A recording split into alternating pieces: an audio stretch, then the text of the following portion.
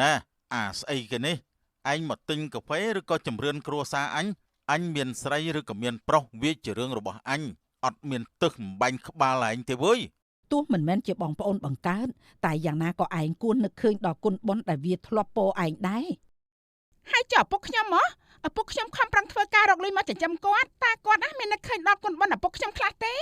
ហើយអូនឯងកើតស្អីហ្នឹងហ៎ឲ្យតែពេលបងចង់គេងជាមួយអូនឯងធ្វើតោះតាយដាក់បងរហូតប្រយ័ត្នបងទៅរកស្រីក្រៅតាំងទឹកភ្នែក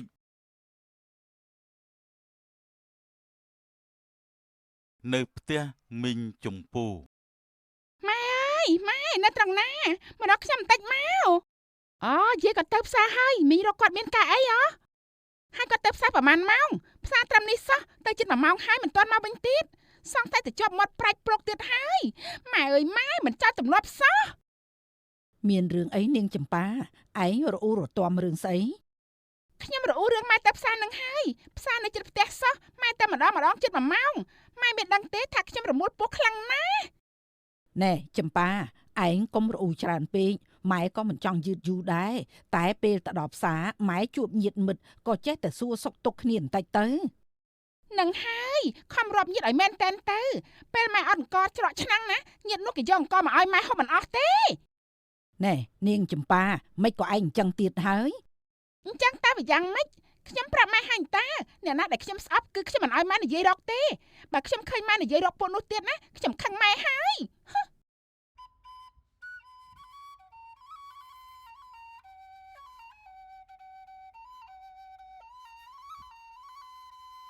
យាយមិនក៏មីងចម្ប៉ាសម្ដីអាក្រក់ម៉េះនិយាយបែបនេះមិនគួរឲ្យចូលចិត្តទេមីងរបស់ឯងចរិតគេតែប៉ុណ្្នឹងទៅហើយកុំប្រកាន់គេអីណាបានហើយរាំងសីឯងទៅរៀនគូរូបទៅណាបាទយាយបាទ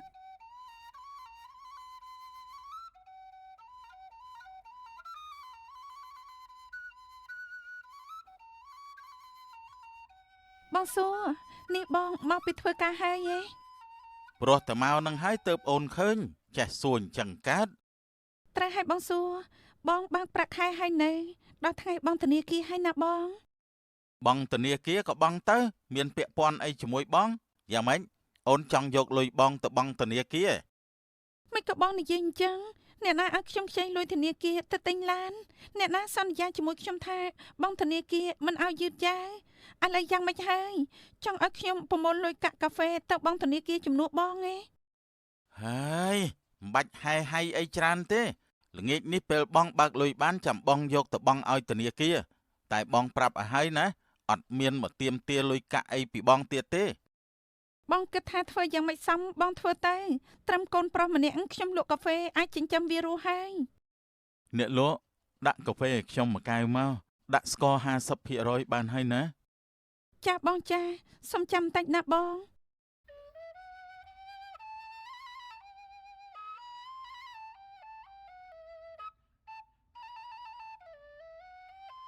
នៅផ្ទះមីងសយឯងដើររកទៅអ្នកភូមិនេះណាមានអាណាចង់ការលុយថោកជាងអញទៀតនោះលុយដើម100ណាអញយកការតែមួយខែ5រៀលទេណែអញគិតធូប៉ុណ្ណឹងហើយបើឯងយកទៅរកស៊ីមិនចម្រើនទៀតណាគឺមកពីឯងនឹងឲ្យវាអត់កំណើតបាទមីងខ្ញុំដឹងហើយបើអញ្ចឹងមីងចង់ការឲ្យខ្ញុំ2លានមកណាចាំលក់ស្រូវបានខ្ញុំយកមកសងមីងវិញលុយ2លានឯងត្រូវបង់ការអញមួយខែ100000មុននឹងខ្ចីគិតមើលឲ្យច្បាស់តើលទ្ធភាពឯងរត់រួចទេមិនអីទេមីងមួយខែ100000ខ្ញុំអាចបង់បានមីងមិនបាច់ភ័យទេអញមិនភ័យទេតែអញចង់បញ្ជាក់ឯងឲ្យច្បាស់ព្រោះអញមិនចង់ពាក់មុខយៈដាក់ណាឡើយអ្នកខ្លះពេលមកខ្ចីឲ្យផ្អែមល្ហែមដល់ពេលសងអញទៅទាវិញណាសម្ដីអាក្រក់គំរោះគំរើយដាក់អញធ្វើមើលតែអញទៅសុំទានពួកវាខ្ញុំធ្វើដូចជាគេទេមីងហើយចុងមីងធ្វើกระดาษស្នាមដែរឬក៏អត់បើឯងមិនចង់ឲ្យអញធ្វើกระดาษស្នាមឯងថតស្រាប់ឲ្យអញមកប៉ុស្តិ៍មកបើឯងមិនសងលុយអញនឹងយកទៅផុសក្នុង Facebook ឲ្យណាណីមីងសយមីងនិយាយលេងឬក៏និយាយមែនអញនិយាយលេងទេយ៉ាងម៉េចឯងគិតថាអញភ្លើយករូបឯងទៅផុសឲ្យប្តឹងអញវិញហីនាងណយអើយឯងទៅយកกระดาษកិច្ចសន្យាមកឲ្យអញ2ស្លឹកមកណាម៉ែអើយកំពុងធ្វើអីហ្នឹងម៉ែអញគ្មានធ្វើស្អីទេអីហើយខ្យល់អីបើឯងមកដល់ទីនេះគឺខ្យល់ដាច់លុយហ្នឹងណាម៉ែខ្ញុំចង់មកខ្ចីលុយម៉ែចាយខ្លះ ស្អីគេអត់យកលុយមកជូនម្ដាយហើយមកចង់ខ្ចីលុយម្ដាយថែមទៀតអីអាកូននេះចេញមកអត់កំណត់តែម្ដង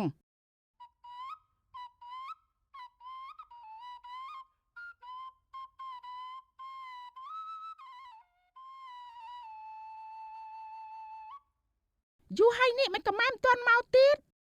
រាំងសីឯងកំពុងចាំផ្លូវម្ដាយឯងមែនទេបាទថ្មនេះហើយមិនទាន់ឃើញគាត់មកយកខ្ញុំទេយាយអើយប្រហែលជាគេលក់មិនទាន់អស់ណាចៅមិនអីទេមកសបកទៀតគេមកហើយឯងទៅអង្គុយលេងនៅខាងក្នុងសិនទៅណាមិនអីទេយាយខ្ញុំនៅឈរចាំគាត់ត្រង់នេះសិនរាំងសីម៉ែមកហើយកូនអូម៉ែមកហើយអីមិនក៏យូរម្ល៉េះម៉ែម៉ែលក់អស់យូរហើយតែម៉ែជាប់លាងសម្អាតម៉ាស៊ីនឆុងកាហ្វេណាកូនខ្ញុំអរគុណហើយណាម៉ែដែលម៉ែជួយមើលកូនឲ្យខ្ញុំរាល់ថ្ងៃមិនអីទេយ៉ាងណាក៏វាជាចៅបង្កើតរបស់ម៉ែដែរនេះម៉ែខ្ញុំជូនម៉ែ 50000 ម៉ែទុកទិញអីពិសាទៅណាចំបៃអើយចំបៃឯងឲ្យលុយម៉ែញឹកញាប់ហើយម៉ែមិនយកទេឯងទុកវិញទៅខ្ញុំរំខានម៉ែរាល់ថ្ងៃខ្ញុំក្រែងចិត្តម៉ែណាស់បើម៉ែមិនយកលុយនេះទេខ្ញុំមិនហ៊ានយករាំងសីមកផ្ញើម៉ែទៀតទេកូនណាយកូនម៉ែយកក៏បានម៉ែអរគុណហើយណាហើយយូរឲ្យម្ដាយ 50000 តែ5ម្ដាយមើលកូនឲ្យរាល់ថ្ងៃកូនល្អគេមិនធ្វើអញ្ចឹងទេណាបងណែចំប៉ាឯងល្មមបានហើយល្មមបានហើយស្អីបើគាត់ជ្រុលដែរបងយកលុយ 50000 នេះទៅជួលគេមើលកូនទៅចាំមើលណាតើគេមើលកូនឲ្យបងទេខ្ញុំឃើញបងចាយវារិះថាំដែរតែមិនឃើញមានបានតាណាសោះធនាគារក៏នៅតែចម្ពាក់ផ្ទះក៏នៅតែជួលគេដដែលកុំកម្រិះជ្រុលពេកណាបងណែចំប៉ាឯងមិនបានរករឿងបងមួយថ្ងៃឯងលេបបាយមិនចូលទេបងហត់ណាស់បងគ្មានកម្លាំងឆ្លោះជាមួយឯងទេតោះរាំងសីលាលោកយាយទៅកូន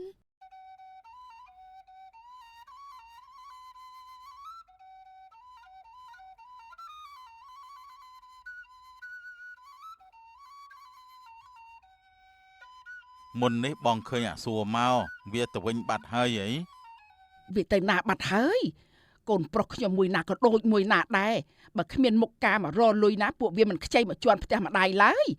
អើយជាតិនេះខ្ញុំគ្មានសំណាងបានចាយលុយកូនទេចុះវាមកខ្ចីលុយឯងយកទៅធ្វើស្អីក្រែងឥឡូវវាមានឡានជិះហំហានណាស់មិនអញ្ចឹងឡាននោះវាខ្ចីធនាគារទិញឥឡូវដល់ថ្ងៃបងធនាគារអត់មានលុយបងវាក៏រត់មកខ្ចីលុយខ្ញុំអានឹងឬដែលគេហៅថាហំហាននោះហើយចុះលុយប្រាក់ខែវាយកទៅខាងណាខ្ញុំមិនដឹងទេវាប្រាប់ខ្ញុំថាវាបើកមកឲ្យទៅមានប្រពន្ធនោះអស់មិនដឹងថាមានជើងល្អនោះណាវាយកលុយទៅខាងណាទេសង្ស័យថាវាលេងល្បែងទេបងតែខ្ញុំថាដូចជាមិនមែនទេព្រោះមួយថ្ងៃឃើញវាឈរលក់កាហ្វេកប់ប្រលប់វាមានពេលឯណាទៅអង្គុយលេងល្បែងនោះ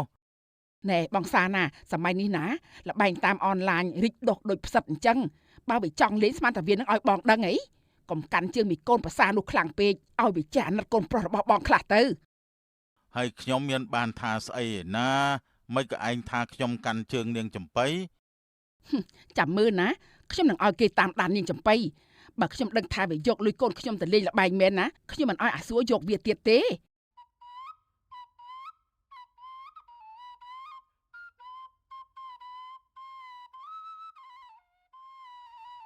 រាំងសីឯងឆាប់ទៅអានសភៅនៅក្នុងបន្ទប់របស់ឯងទៅតែខ្ញុំចង់អង្គុយលេងនៅត្រង់នេះសិនណាពុកតែពុកមានការសំខាន់ចង់និយាយជាមួយម្ដាយឯងចេញសិនទៅបាទពុកបាទ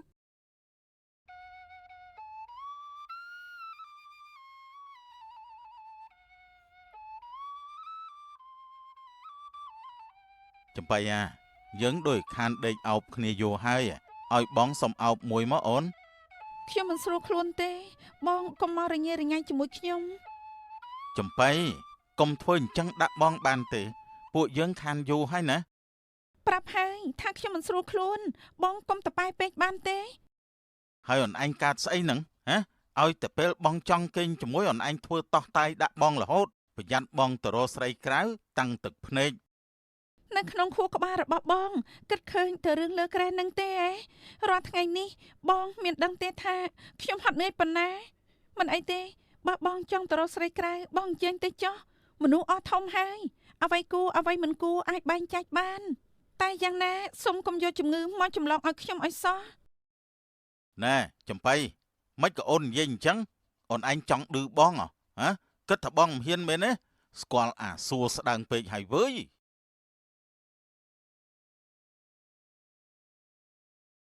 ស្អែកឡើង ម៉ែឥឡូវមាសឡើងថ្លៃខ្លាំងណាស់ម៉ែយកមាសទៅលក់ខ្លះទៅ ម៉ែបានមាសមកពីណាយកទៅលក់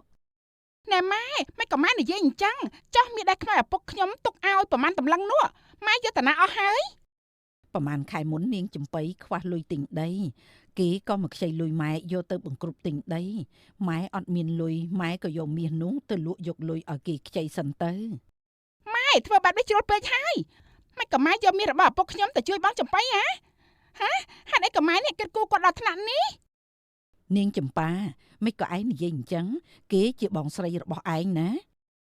តែគាត់មិនមែនជាបងបង្កើតរបស់ខ្ញុំទេគ្រាន់តែកើតចេញពីផ្ទៃម្ដាយតែមួយតែមានឪពុករៀងខ្លួនបើគាត់គ្រាន់បើមិនក៏គាត់មិនទៅពឹងពាក់ឪពុកបង្កើតរបស់គាត់ទៅ នាងចំប៉ារឿងកន្លងហួសទៅហើយឯងកុំវែងឆ្ងាយពេកបានទេ ខ្ញុំមិនដឹងទេយ៉ាងណាម៉ែត្រូវតែទៅទារលុយពីគាត់វិញបើគាត់គ្មានលុយសងទេឲ្យគាត់ដាក់ផ្លាកប្រពៃនាយលក់ដីនោះទៅ ម៉ែមិននឹកស្មានថាឯងចិត្តចង្អៀតដល់ម្លឹងសោះទោះមិនមែនជាបងប្អូនបង្កើតតែយ៉ាងណាក៏ឯងគួរនឹកឃើញដល់គុណបុណ្យដែលវាធ្លាប់ពោឯងដែរ ហើយចុះឪពុកខ្ញុំហ៎ឪពុកខ្ញុំខំប្រឹងធ្វើការរកលុយមកចិញ្ចឹមគាត់តែគាត់ណាមាននឹកឃើញដល់គុណបុណ្យឪពុកខ្ញុំខ្លះទេ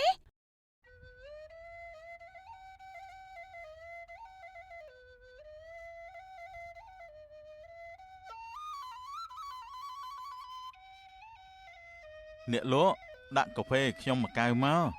អ្នកលក់អេអ្នកលក់ហើយប្អូនមានរឿងអីហ្នឹង អូចាបងបងទិញកាហ្វេមែនទេ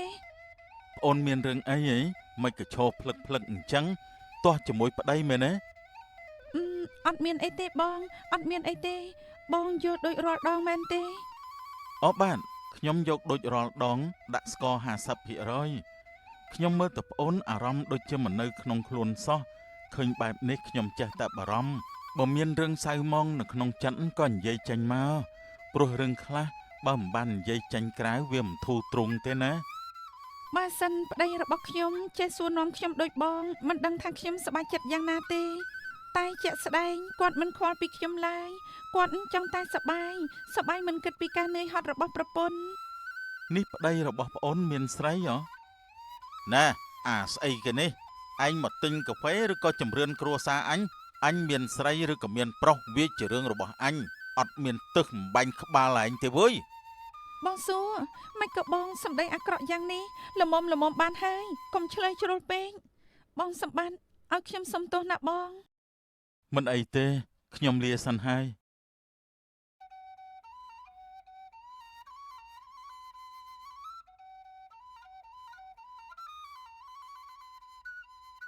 ស្រីជើងល្អហ៊ាននិយាយដើមប្តីប្រាប់គេផងអូនឯងឡប់សតិហើយទេដឹងហ្នឹង បងកុំមកលោឡាននៅកន្លែងខ្ញុំលក់ដូរឆាប់ចេញពីមុខខ្ញុំភ្លាមទៅ បងអស់លុយចាក់សាំងឡានហើយឲ្យបង$20សិនមក បើអត់មានលុយចាក់សាំងទេបងយកឡានទៅលក់ទៅកុំពលទុកដល់ខ្ញុំជ្រុលពេក ណែចំបៃកុំខ្លាំងដៃពេកណាប្រយ័ត្នបងដាក់ផ្អើលកន្លែងហ្នឹងវើយ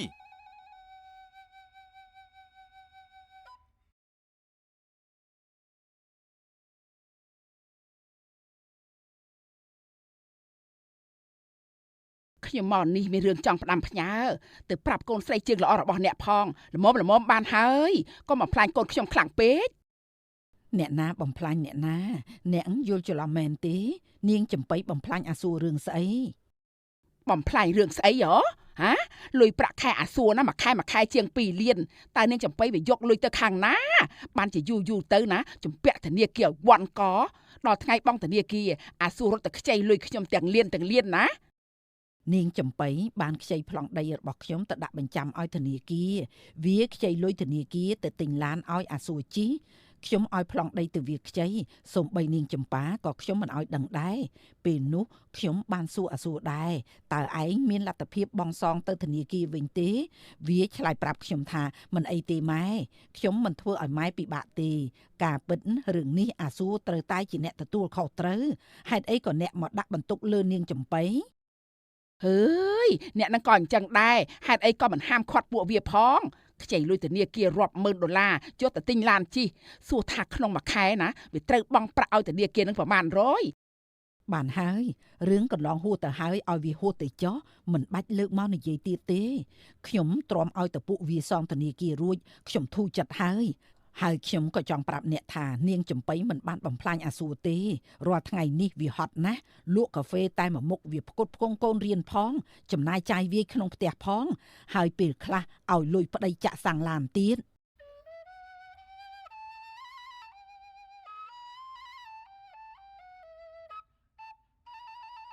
ចម្ប៉ាហើយអូនទៅខាងណាមិនក៏មកដល់ទីនេះគឺខ្ញុំមកខ្ចីលុយបងចាយបងមានលុយទេឲ្យខ្ញុំសុំខ្ចី200000សិនមកអូចម្ប៉ាអើយចម្ប៉ាបងរកមួយខែចាយមួយខែសឹងតែមិនគ្រប់ផងតើបងបានលុយមកពីណាឲ្យអូនខ្ចីនោះបើចង់បានលុយមិនក៏អូនមិនទៅរកចម្ប៉ៃទៅឲ្យខ្ញុំទៅខ្ចីបងចំបៃអីខ្ញុំស្អប់គាត់ណាបងកុំនិយាយឈ្មោះគាត់ឲ្យខ្ញុំឮហើយមានរឿងអីនេះអូនឆ្លោះគ្នាជាមួយចម្ប៉ៃខ្ញុំមិនចង់វែងឆ្ងាយច្រើនទេថ្ងៃណាអារម្មណ៍ល្អចាំខ្ញុំនិយាយប្រាប់បងត្រូវឲ្យបងសួរពេលនេះខ្ញុំកំពុងរកការងារធ្វើតើបងអាចនាំខ្ញុំទៅធ្វើការនៅក្រុមហ៊ុនរបស់បងផងបានទេពេលនេះសេដ្ឋកិច្ចមិនសូវល្អទេអូនអើយថៅកែក្រុមហ៊ុនដែលបងធ្វើការនោះគាត់មិនរើសបុគ្គលិកថែមទៀតទេគាត់មានតែចង់កាត់បន្ថយបុគ្គលិកចេញខ្លះផងយ៉ាងណាក៏ដោយបងជាបុគ្គលិកចាស់ធ្វើការយូរឆ្នាំបើបងនិយាយតែ2-3ម៉ាត់គាត់ប្រកាសជាព្រមទទួលខ្ញុំហើយអូនឯងចង់ដាក់ពាក្យធ្វើការផ្នែកអីដែរខ្ញុំចង់ធ្វើជាលេខារបស់អគ្គនាយកតែអគ្គនាយកក្រុមហ៊ុនមានលេខាផ្ទាល់ខ្លួនរួចទៅហើយហ្នឹងបើអញ្ចឹងបងយកខ្ញុំធ្វើជាលេខារបស់បងតែម្ដងទៅគិតប្រាក់ខែឲ្យខ្ញុំប្រហែលក៏បានដែរ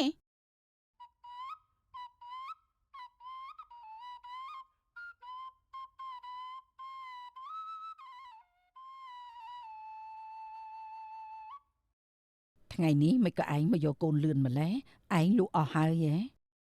ខ្ញុំលក់មិនទាន់អស់ទេម៉ែតែខ្ញុំប្រញាប់បិទតូបបន្តិចព្រោះខ្ញុំមិនចង់រំខានម៉ែយូរណាអូយរំខានស្អីទៅរាំងសីជាចៅបង្កើតរបស់ម៉ែម្យ៉ាងពេលនេះវាធំហើយម៉ែក៏មិនសូវនឿយហត់ប្រមាណដែរឯងកុំគិតច្រើនអីខ្ញុំអរគុណហើយណាម៉ែចុះនាងចម្ប៉ាតាណាហើយវាចេញពីផ្ទះតាំងពីព្រឹកវាប្រាប់ម៉ែថាទៅរកការងារធ្វើថ្មើរនេះហើយមិនទាន់ឃើញវាមកវិញទៀតត្រូវហើយចំបៃពាក្យសម្ដីដែលនាងចម្ប៉ាថាឲ្យឯងកាលពីថ្ងៃមុនឯងកុំទុកក្នុងចិត្តអីណាមិនអីទេម៉ែខ្ញុំមិនបានខឹងស្អប់វាទេព្រោះខ្ញុំដឹងចរិតវាតាំងពីដើមបើអញ្ចឹងខ្ញុំលាម៉ែទៅសិនហើយរាំងសីឆាប់លាលោកយាយទៅកូនខ្ញុំលាសិនហើយយាយថ្ងៃស្អែកចាំខ្ញុំមកលេងយាយទៀតទៅចុះចៅដើរឲ្យស្រួលបួលប្រយ័ត្នផងណា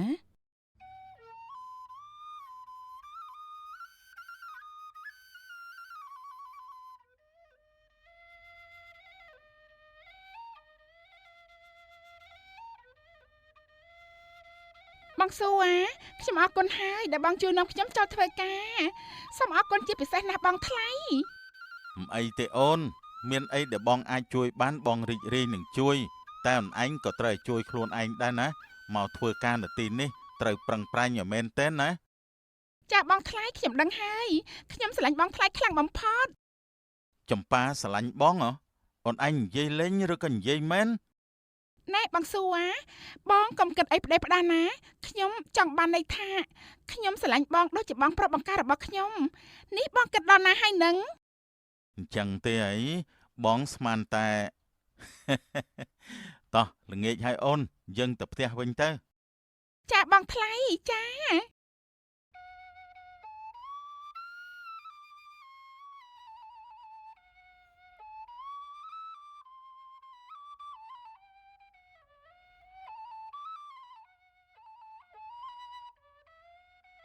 ឲ្យខ្ញុំសុំទោសចំពោះរឿងកាលពីថ្ងៃមុនខ្ញុំសុំទោសពិតមែនណាបងអូ មិនបាច់សុំទោសខ្ញុំទេព្រោះតែប្អូនមិនបានធ្វើអីខុសផងនេះមកពីខ្ញុំចេះដឹងរឿងគ្រួសារគេពេកទើបគេថាឲ្យខ្ញុំបែបនោះ និយាយប្រាប់បងតាមត្រង់ចុះប្តីខ្ញុំពេលខឹងម្ដងគាត់សម្ដីអាក្រក់ណាស់សំបីខ្ញុំជាប្រពន្ធពេលខ្លាំងសឹងតែទ្រាំជាមួយគាត់មិនបានណាបង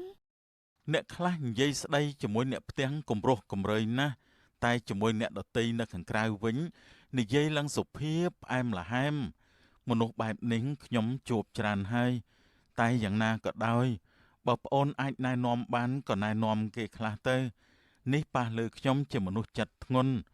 ណាមួយខ្ញុំមិនចង់មានរឿងផងតែបើគេប៉ះលើអ្នកផ្សេងដែលឆេវឆាវដូចគ្នាខ្ញុំមិនហ៊ានសម័យទេថានឹងមានរឿងអ្វីកើតឡើងសូមរងចាំទស្សនាភាគបញ្ចប់ណែភីលៀងពួកឯងបានឃើញបុត្ររបស់យើងទេព្រះមេបរិជ្ជនីខ្ញុំម្ចាស់មិនបានឃើញទេព្រះមេម្ចាស់ក្រែងឯងតាមគេស្ទើរគ្រប់ជំហានមិនអញ្ចឹងហ៎មិនក៏ឯងឆ្លើយថាមិនឃើញខ្ញុំម្ចាស់មិនដឹងថាពនាងយាងទៅណាពិតមែនសុំទ្រង់បរិជ្ជទានទោសឲ្យខ្ញុំម្ចាស់ផងព្រះមេមនីនាថអើយមនីនាថតើគេទៅណាទៅអូខ្ញុំម្ចាស់លើពនាងមានសវណ្ណន័យថាចង់ទៅលេងនៅលោករបស់មនុស្សឬមួយក៏ទ្រង់ពិតជាផ្ដេសផ្ដាស់មែនឆាប់ទៅពួកឯងឆាប់ទៅតាមគេត្រឡប់មកវិញភ្លាមឲ្យឆាប់ឡើងទៅព្រះមេបរិជ្ជនីសូមថ្វាយបង្គំលាព្រះមេម្ចាស់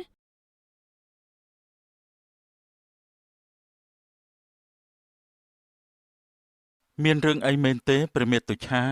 មិនក៏ទ្រង់ធ្វើប្រភពបែបនេះគឺមនីនាថនឹងណាគេចេញពីដំណាក់ទៅលេងនៅខាងក្រៅទៀតហើយមេតុឆាបារម្ភខ្លាំងណាស់ទូបង្គំថាមិនអីទេបន្តិចទៀតម្ចាស់ប្អូនគង់តែត្រឡប់មកវិញទេសូមព្រះមេតុឆាកុំព្រួយប្រតិអីក្រាបទូលបើអញ្ចឹងទូលបង្គំនឹងទៅតាមម្ចាស់ប្អូនឲ្យត្រឡប់មកវិញសូមថ្វាយបង្គំលាក្រាបទូលសវណ្ណនាគីប្រយ័ត្នប្រយែងផងណាម្ចាស់ក្មួយ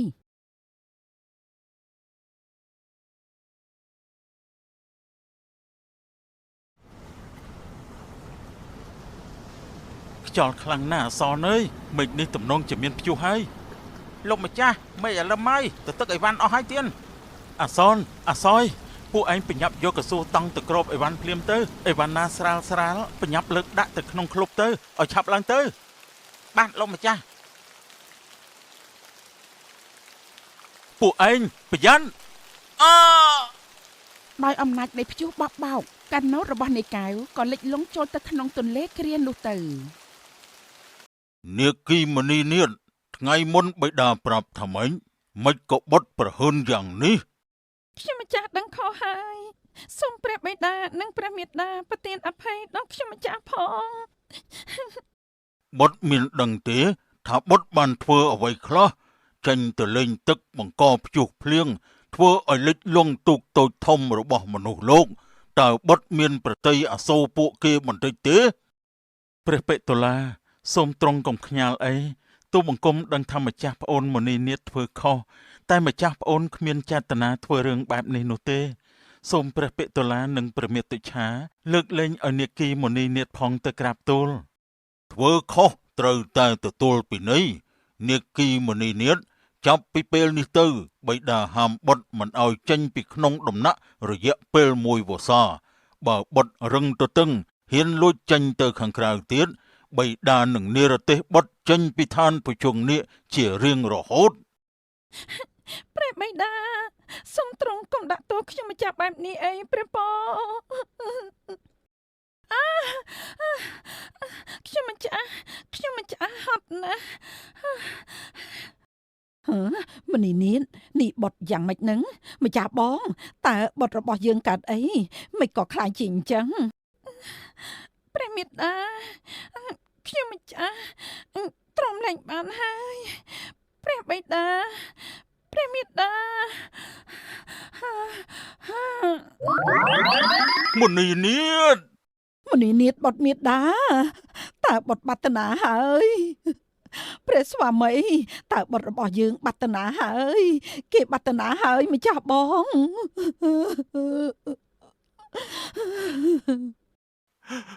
គេអស់បន់ហើយ បុត្រីរបស់យើងជុតិហើយ អូបុត្រមេដាតើបុត្រទៅកើតអីនៅទីណាព្រះស្វាមីតើបុត្រយើងគេទៅកើតអីនៅទីណាទៅ សត្វលោកតែងប្រព្រឹត្តទៅតាមកម្ម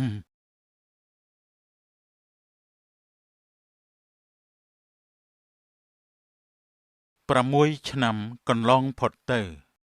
ចម្ប៉ាអើយនៅត្រង់ណានឹងមករកម៉ែបន្តិចមកកូន ខ្ញុំមកហើយម៉ែខ្ញុំមកហើយ នេះឯងទៅមកពីណានឹង ខ្ញុំទៅមកពីរត់លេងជាមួយមិត្តភ័ក្តិនឹងណាម៉ែម៉ែមានការអីប្រាខ្ញុំមែនទេ បន្តិចទៀតម៉ែទៅស្រែជាមួយឪពុកឯងហើយឯងនៅមើលផ្ទះកុំដើរទៅណាឲ្យសោះឮទេ ចាម៉ែខ្ញុំដឹងហើយ តោះអូនស្រោតបន្តិចទៅចម្ប៉ាពុកទៅស្រែហើយណាកូននៅមើលផ្ទះផងកុំដើរទៅណាឲ្យសោះចាំពុកមកវិញពុកបេះផ្លែឈើនៅចំការយកមកផ្ញើនៅកូនណា ចាពុកចាខ្ញុំដឹងហើយពុកសុខសប្បាយតាមផ្លូវណាពុកម៉ែ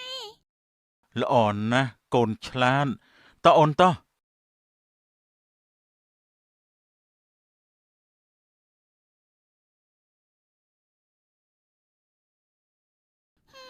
រាល់ថ្ងៃនេះពុកម៉ែរបស់ខ្ញុំហត់ណាស់ខ្ញុំចង់ជួយគាត់ណាស់តែខ្ញុំគួរជួយគាត់យ៉ាងម៉េចទៅណអូត្រូវហើយខោអាវរបស់គាត់មិនទាន់បោកទេខ្ញុំត្រូវទៅយកខោអាវរបស់គាត់ទៅបោកសិនតែពុកម៉ែហាមហើយថាមិនឲ្យខ្ញុំដើរចោលផ្ទះទេតែមិនអីទេតម្រាំតែពួកគាត់មកវិញខ្ញុំបោកខោអាវឲ្យពួកគាត់រួចបាត់ទៅហើយ និយាយចំកុមារីចម្ប៉ាក៏យកកន្ត្រកខោអាវដើរចេញទៅ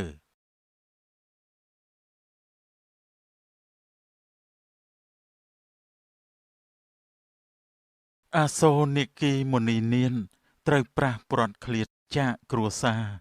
យន់យកកំណើតជាមនុស្សសាព្រោះកម្មជីវ៉ាតាមរំខានមុនីនានបងនឹកម្ចាស់ប្អូនណាមានបន្ទូលចប់ព្រះបុត្រាសវណ្ណនាគាក៏និមិត្តខ្លួនជាប្រុសកំឡោះម្នាក់ហើយដើរចូលទៅរកកុមារីចម្ប៉ាឪពុកម្ដាយទៅណាហើយនាងតូចមិនក៏មិនដោយឲ្យប្អូនមកបោកខោអាវតែម្នាក់ឯងអញ្ចឹង ចាបងប្រុសពុកម៉ែខ្ញុំគាត់ទៅស្រែអស់ហើយពួកគាត់មិនបានប្រើខ្ញុំទេតែខ្ញុំឃើញពួកគាត់ហត់នឿយពេកតើបខ្ញុំជួយសម្រាលការងាររបស់គាត់ខ្លះណាបង នឹកក្មេងសោះចេះយល់ទុក្ខធរៈឪពុកម្ដាយទៀនពិតជាកូនល្អមែនឪពុកម្ដាយប្អូនសំណាងណាស់ដែលមានកូនល្អបែបនេះ អរគុណបងប្រុសដែលបានសរសើរខ្ញុំហើយចាស់បងប្រុសទៅណាមកណាដែរអូតាមដែលខ្ញុំមើលទៅបងមិនមែនជាអ្នកស្រុកនេះទេ ត្រូវហើយប្អូនបងមិនមែនជាអ្នកស្រុកនេះទេស្រុករបស់បងគឺនៅក្នុងទឹក បងថាម៉េចហ្នឹងនៅក្នុងទឹកឯង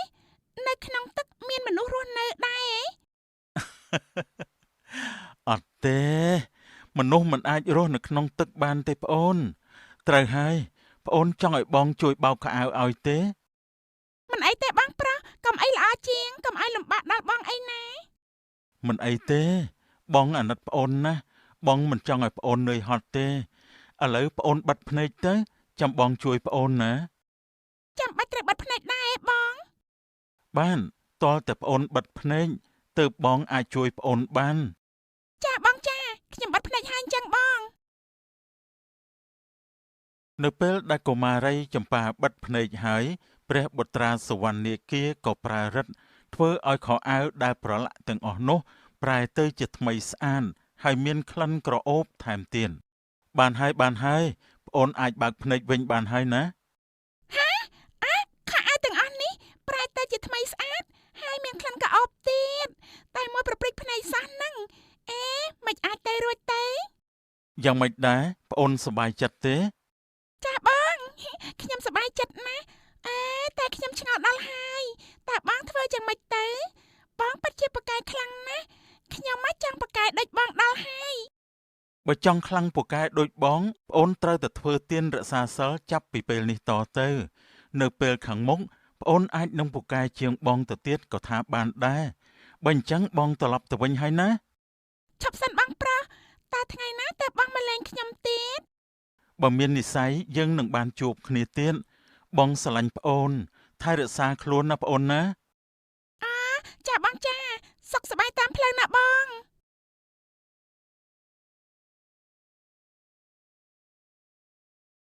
15 ឆ្នាំកន្លងផុតទៅ ម៉ែខ្ញុំយកបាយមកហើយម៉ែអញ្ជើញមកពិសាបាយសិនមកចំប៉ាអើយថ្ងៃនេះបានមកហូបអីខ្លះទៅកូនអូខ្ញុំស្លមកជួបផលិតជាមួយត្រីផ្ទក់ហើយក៏មានប្រហុកអាំងខ្ចប់ស្លឹកល្មៀតមួយមុខទៀតណាម៉ែបាញ់អញ្ចឹងឯងដាក់នៅត្រង់នឹងហើយបន្តិចទៀតចាំម៉ែហូបហើយម៉ែប្រកាសជាហត់ខ្លាំងហើយដែលត្រូវមកដកស្ទូងហើក្តៅបែបនេះបើពុកនៅម៉ែប្រកាសជាមិនលំបាកទេឪពុកឯងក៏ទៅបានសុខហើយមិនអីទេណាត្រូវឲ្យចំប៉ាឯងចេះតែដាំបាយធ្វើម្ហូបយកមកឲ្យម៉ែរាល់ថ្ងៃបែបនេះតើកាយឆេងរអ៊ូស្លាប់ហើយមិនអីទេខ្ញុំបានសុំការអនុញ្ញាតពីគាត់រួចហើយបើអញ្ចឹងម៉ែពិសាបាយសិនទេខ្ញុំប្រញាប់ទៅវិញហើយណាម៉ែទៅចុះកូនទៅដល់ផ្ទះប្រញាប់ហូបបាយណាប្រយ័ត្នប្រយែងផងកូនចាម៉ែខ្ញុំដឹងហើយ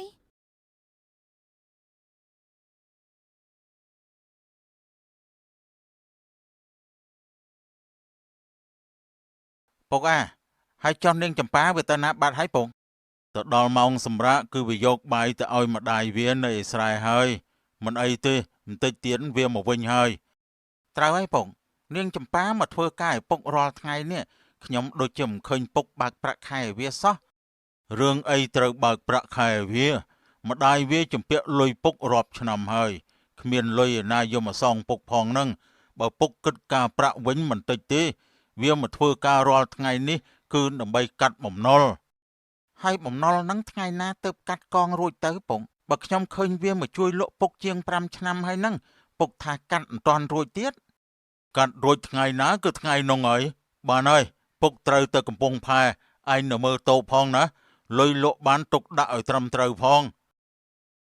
បាទពុកខ្ញុំដឹងហើយអញ្ចឹងទៅចុះពុក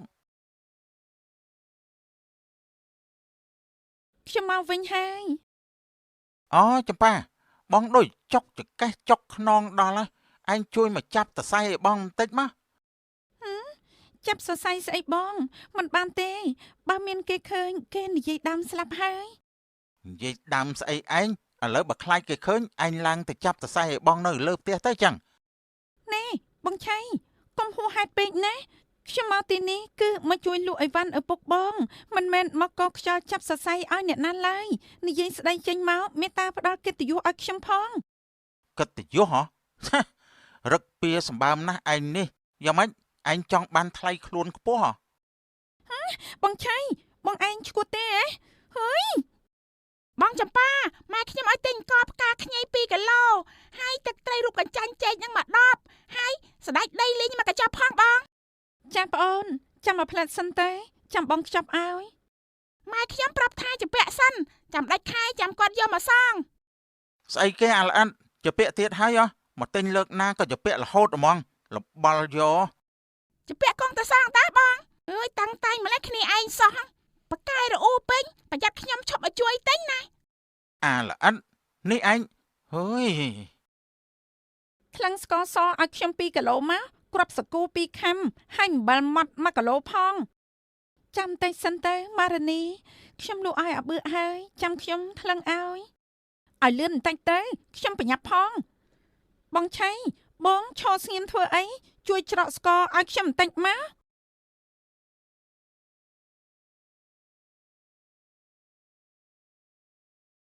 ពេលវេលាកន្លងទៅយូរហើយ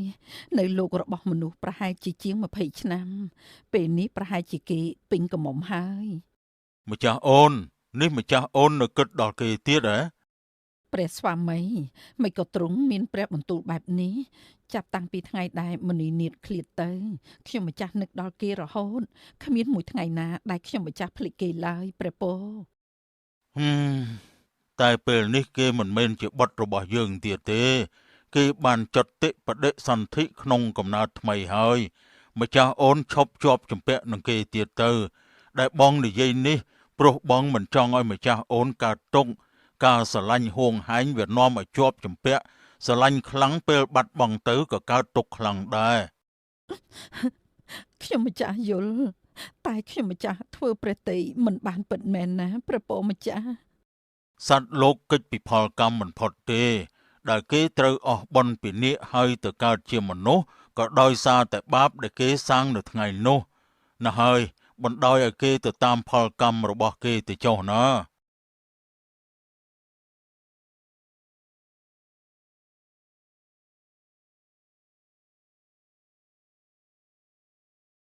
គង់គីហើយថ្លាឆ្វេងអើយប្រឡែងអើយមិញឆាបូទុំអើយបូផារីសាយគុនធីបូទុំអើយបូផារីសាយគុនធី អាយ៉ាច្រៀងពិរោះដល់ហើយណោះស្រីស្រស់ បងឆៃបងមកទីនេះធ្វើអី មកទីនេះធ្វើអីហ៎គឺបងមកងូតទឹកនឹងហើយយ៉ាងម៉េចឯងចង់ងូតទឹកជាមួយបងមែន បងឈួតទេអញ្ចឹងទៅងូតទឹកឲ្យសប្បាយចុះហើយកុំមកលេបខែដាក់ខ្ញុំទៀត ចាំបាច់កាច់រឹកកាច់រៀងធ្វើស្អីបើស្រឡាញ់បងក៏ប្រាប់ត្រង់មកនៅទីនេះស្ងាត់ល្អនតាមានតែយើងពីរនាក់ទេណាសំណប់ចិន នេះបងឆៃលែងដៃខ្ញុំភ្លាមប្រាប់ថាឲ្យលែងដៃខ្ញុំទៅអើយ ឆាប់លេងនាងភ្លាមលេងនាងភ្លាមទៅនេះណា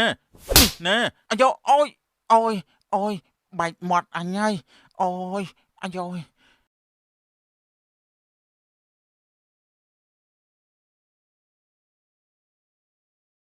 ខ្ញុំអរគុណហើយដែលបងបានមកជួយខ្ញុំអរគុណហើយណាបង ប្អូនស្រីនៅចាំបងបានទេ បងគឺអូខ្ញុំចាំបានហើយគឺបងបានជួយបោកខោអាវឲ្យខ្ញុំកាលពីជាង10ឆ្នាំមុនគឺបងពិតមែន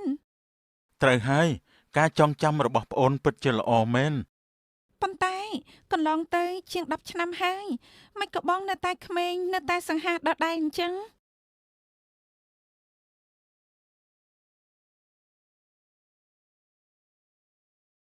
ក្មួយអង្គុយលេងសិនទៅណាចំប៉ាអើយឯងទៅយកទឹកឲ្យក្មួយខាងនេះហូបផងចាំម៉ែខ្ញុំដឹងហើយ និយាយអញ្ចឹងមីងនៅតែពីរអ្នកចម្ប៉ាទេហ៎ ក្រោយពេលដែលឪពុកចំប៉ាស្លាប់ទៅមីងនៅតែពីរអ្នកកូនជាង10ឆ្នាំហើយមីងអរគុណហើយដែលក្មួយមានទឹកចិត្តល្អបានជួយយកអាសាកូនមីងអរគុណណាស់ក្មួយ មិនអីទេមីងខ្ញុំរីករាយនឹងជួយជានិច្ច និយាយអញ្ចឹងក្មួយឈ្មោះអីផ្ទះក្មួយនៅដល់ណាដែរ បាទមីងខ្ញុំឈ្មោះសវណ្ណផ្ទះខ្ញុំនៅឆ្ងាយណាស់ បងសវណ្ណអញ្ជើញពិសាទឹកសិនទៅណាបង បាទអរគុណប្អូន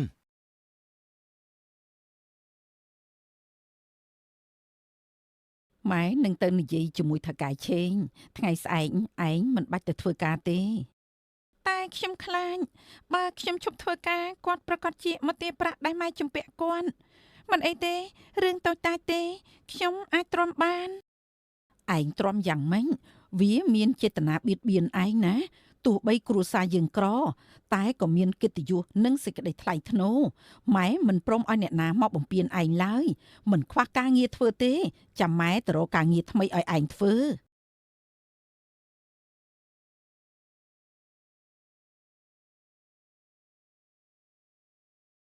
ស្អែកឡើង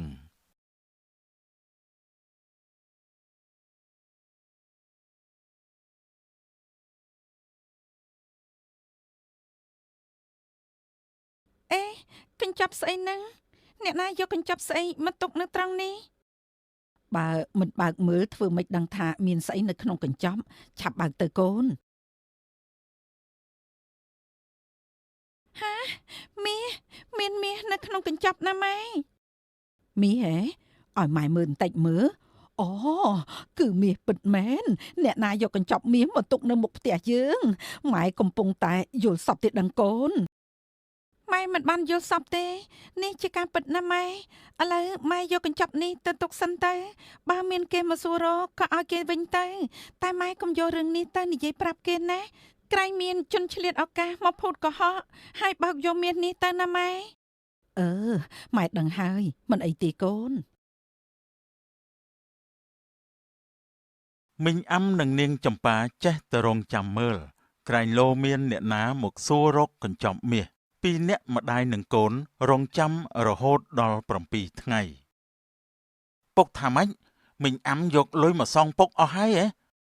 ត្រូវហើយមិនដឹងថាគេបានលុយមកពីណាទេសងពុកឡើងស្អាតហើយគេផ្ដាំពុកឲ្យមកពមៀនឯងទៀតផង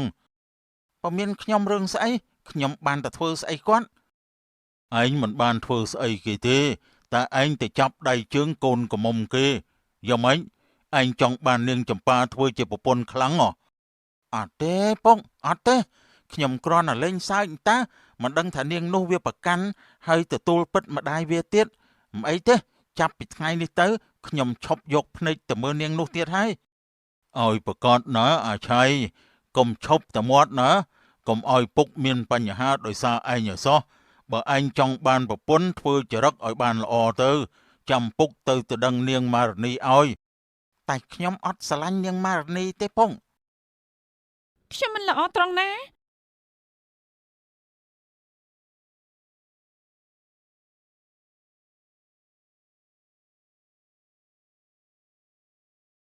បងសុវណ្ណតាពេលនេះបងយ៉ាងម៉េចទៅហើយហេតុអីក៏បងចេញទៅដោយមិនលាខ្ញុំមួយម៉ាត់សោះតើបងមានរឿងស្អីឲ្យប្រកាសទៅ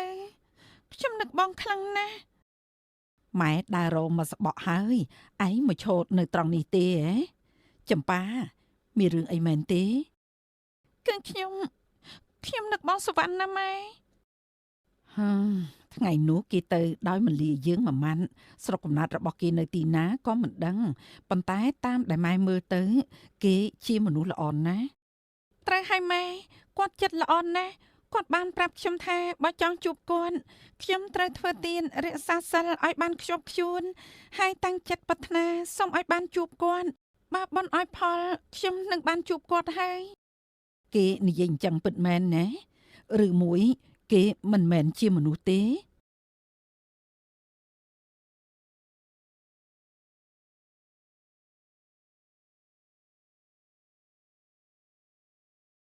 នៅផ្ទះគ្រូខ្លាឯងចង់ធ្វើស្នេហ៍ហើយឯងចង់ធ្វើដាក់នរណាគេពូអោនមកចាំខ្ញុំខ្សឹបប្រាប់នាងចម្ប៉ាកូននឹងអាំហ្នឹងអាឆៃអើយអាឆៃនិយាយប្រាប់ឯងតាមត្រង់ទៅចុះអារឿងស្នេហ៍ស្នូកអំពើអំពាន់អស់នេះពូដាក់ចុះយូរហើយព្រោះពូមិនចង់មានបាបកាន់តែក្រាស់ទេណាពូខ្លាយពូខ្លាជួយធ្វើឲ្យខ្ញុំមួយទៅពូណាពូណាអត់ទេពូធ្វើឲ្យឯងបានទេហើយចុះបើខ្ញុំឲ្យពូប៉ុណ្ណេះតើពូធ្វើឲ្យខ្ញុំបានអត់អាឆៃនេះឯងយកលុយមកទិញទឹកចិត្តពូអត់ទេពូមិនអាចធ្វើខុសម្ដងហើយម្ដងទៀតទេឯងទៅរកអ្នកផ្សេងទៅពូធ្វើឲ្យឯងបានទេ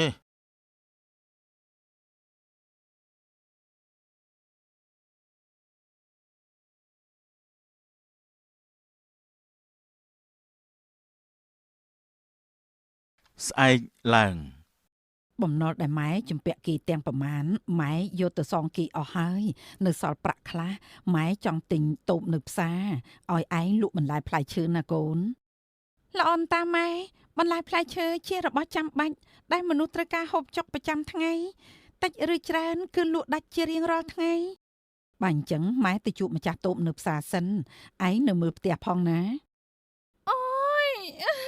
ក្តៅណាស់ក្តៅខ្លួនណាស់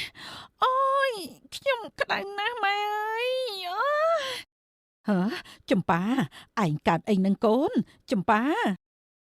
ខ្ញុំក៏មិនដឹងដែរនៅសុកស្រាប់តែក្តៅខ្លួនអូយ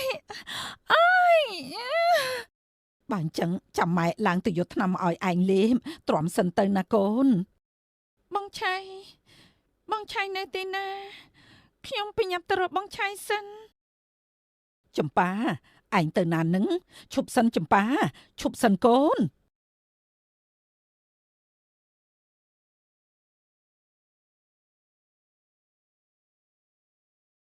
បងឆៃបងនៅទីណាបងឆៃបងឆៃ ឈប់សិនចម្ប៉ាឈប់សិន បងសុវណ្ណចាំនិយាយគ្នាពេលក្រោយខ្ញុំបញ្ញាប់ទៅរកបងឆៃសិន ឈប់សិនចម្ប៉ាប្អូនយកទឹកនេះទៅផឹកទៅណែប្អូនឆាប់ផឹកទៅ ទឹកស្អីនឹងបង កុំអាលសួរនាំច្រើនឆាប់ផឹកទៅប្អូនឆាប់ផឹកទៅ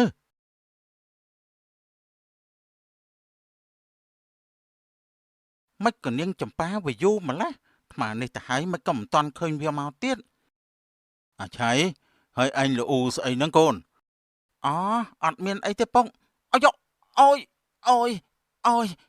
ហើយក្តៅណាស់ក្តៅខ្លួនណាស់ពុកអើយជួយខ្ញុំផងជួយខ្ញុំផងពុកជួយផងអាឆៃហើយអញកើតអីហ្នឹងហ៎អាឆៃអូយក្តៅណាស់ក្តៅខ្លួនណាស់ក្តៅខ្លាំងណាស់ខ្ញុំទ្រាំមិនបានទេពុកខ្ញុំទៅហើយអាឆៃដោយអំណាចអាគមស្នេហ៍បកមកគ្របសង្កត់នាយឆៃក៏រត់ចេញទៅលុះឃើញស្រីក្រមុំក៏ស្ទុះទៅចាប់ប៉ុនប៉ងរំលោភតែក៏ត្រូវអ្នកស្រុកភូមិព្រួតវាយហើយចាប់ខ្លួនបញ្ជូនទៅឲ្យកងសន្តិសុខដាក់ទោសអស់អីហើយណាពេលនេះប្អូនមានសុវត្ថិភាពហើយ ខ្ញុំអរគុណហើយបងសុវណ្ណដែលបងបានជួយខ្ញុំម្ដងហើយម្ដងទៀតអរគុណបងណាស់ក្មួយប្រុសប្រាប់មីងតាមត្រង់មកតើក្មួយជាអ្នកណាឲ្យប្រកាសទៅមីងមិនក៏មីងមកសួរខ្ញុំអញ្ចឹង ក្មួយមានរិទ្ធមានអានុភាពលើសពីមនុស្សធម្មតាមីងគិតថាក្មួយមិនមែនជាមនុស្សទេ ខ្ញុំមិនលាក់បាំងអីទេមីងខ្ញុំមិនមែនជាមនុស្សទេខ្ញុំគឺនាគករាញបងសុវណ្ណបងជានេះអេ ត្រូវឲ្យម្ចាស់ប្អូនដែលបងមកទីនេះគឺដើម្បីជួយដល់ម្ចាស់ប្អូនណា បងសុវណ្ណមិនក៏បងហៅខ្ញុំថាម្ចាស់ប្អូន កាលពីជាតិមុនប្អូនគឺជានាគីមុនីនាថបុត្រីរបស់ស្ដេចភុជង្គនាគដោយសារម្ចាស់ប្អូនបានសាងបាបកម្មទើបម្ចាស់ប្អូនត្រូវអស់បុណ្យពីនាគហើយមកកើតជាមនុស្សនៅក្នុងគ្រួសារនេះ បងសុវណ្ណបងនិយាយនេះជាការពិតណាស់ បងជានាគកាន់សិលបងមិនកុហកម្ចាស់ប្អូនទេ ចម្ប៉ាកូនម្ដាយកាលពីជាតិមុនកូនជាបុត្រីស្ដេចនេះកូនណាយកូន ស្ដាប់បងណាចម្ប៉ាប្អូនត្រូវធ្វើទានរក្សាសិលកុំឲ្យធ្លុះធ្លាយនៅថ្ងៃខាងមុខប្អូននឹងបានជួបបងទៀតណា ចាស់បងខ្ញុំដឹងហើយអរគុណបងខ្លាំងណាស់